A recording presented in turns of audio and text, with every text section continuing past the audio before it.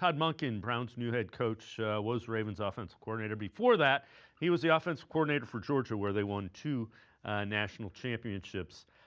Jake, you did a film breakdown of Monken's days at Georgia and kind of some of the formations, more formation based. Take us through what you saw and what you think that might mean relative to the Browns offense.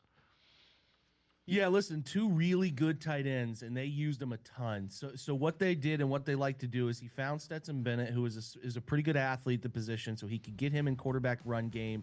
He would get both of those tight ends on the field. If you remember, and now in the NFL, Darnell Washington, who's a giant of a tight end in the depth tight end position for Pittsburgh, who looks like an offensive tackle but can still get out and run.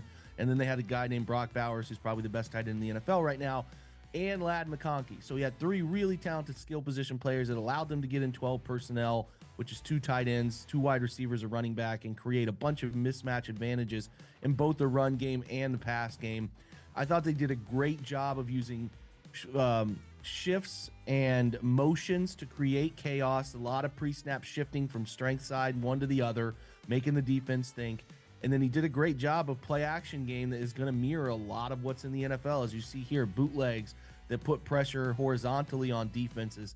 He did a lot of tight bunch formations that created vertical stretches both in the run game to create vertical run displacement, both gap and zone concepts, and did a really good job of pairing it with some things up front that created a bunch of confusion at the second level. I was really impressed that 22 Georgia season, which I thought Ohio State had them down in that game. They had them beat, and then they came back and beat Ohio State in that semifinal before beating TCU.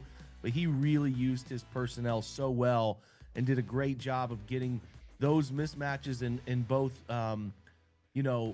big sets and getting into empty a little bit and creating easy reads for his quarterback, all of which is translated, and I'll break down more of that this week, to his time in Baltimore, where they used similar 3-by-1 bunch formations tight to the line of scrimmage, created good tight end situations for Isaiah Likely and Mark Andrews.